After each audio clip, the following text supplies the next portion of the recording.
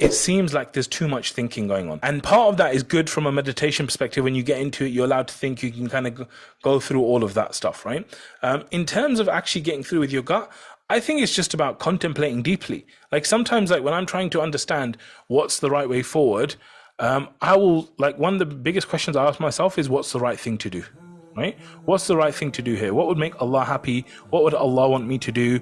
What is the thing that the Prophet ﷺ would tell me to do? Like these kind of perspectives, I try to have it in my mind, right? Just be clear on it. Okay, so something's happened. I'm like, what am I feeling about this, right? I'm feeling like, no, I don't want to do it. Okay, why are you feeling like this? I feel like I don't want to do it because I've been disrespected. Okay, cool. But what would Allah want you to do? Well, Allah would want me to do this. Okay, but do you want to do it? No, I don't really want to do it. Okay, so now there's a gut feeling that I don't want to do this, but at the same time, I know Allah would want me to do this and Allah would not want me to not do it.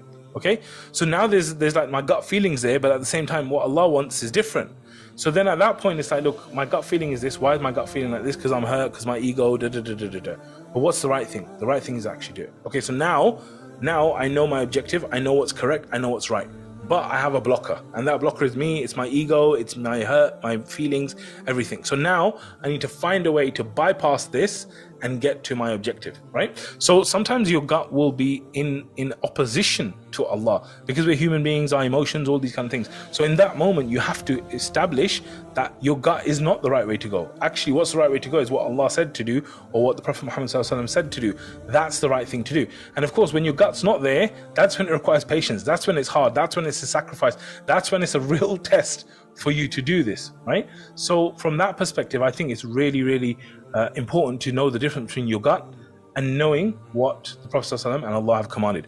But then there's other situations where, like, you can just go with your gut and it's not going to affect what Allah thinks or what the Prophet ﷺ said or anything like that, and it's just your own thing. So with those kind of moments, I remember Shaykh Muhammad Ashrif, rahimahullah, he said sometimes, like, when I'm trying to make a decision, like, I'll think about the two things and then I'll just close my eyes and I'll just like feel like which decision is my heart most at peace with, or most content with, or most easy with, out of the two options or three options.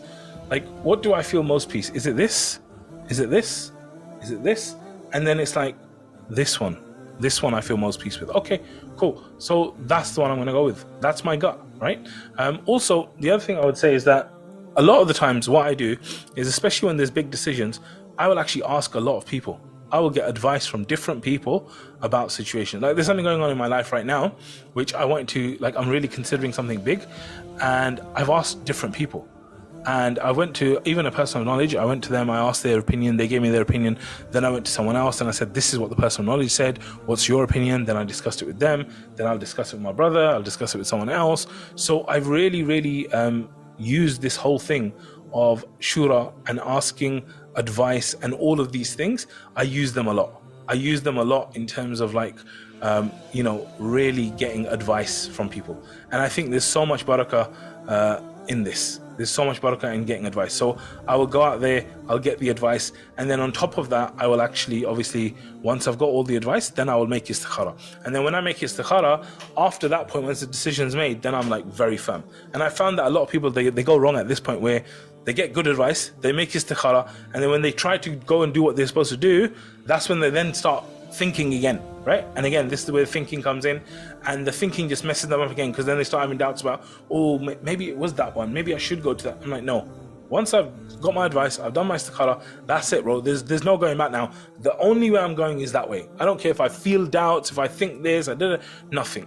I'm going to go down that way. Now, if it doesn't work out, or something major happens or something, that's different. But I will not let my own doubts, my own thinking, get in the way of the good advice and the good istikhara that's been done.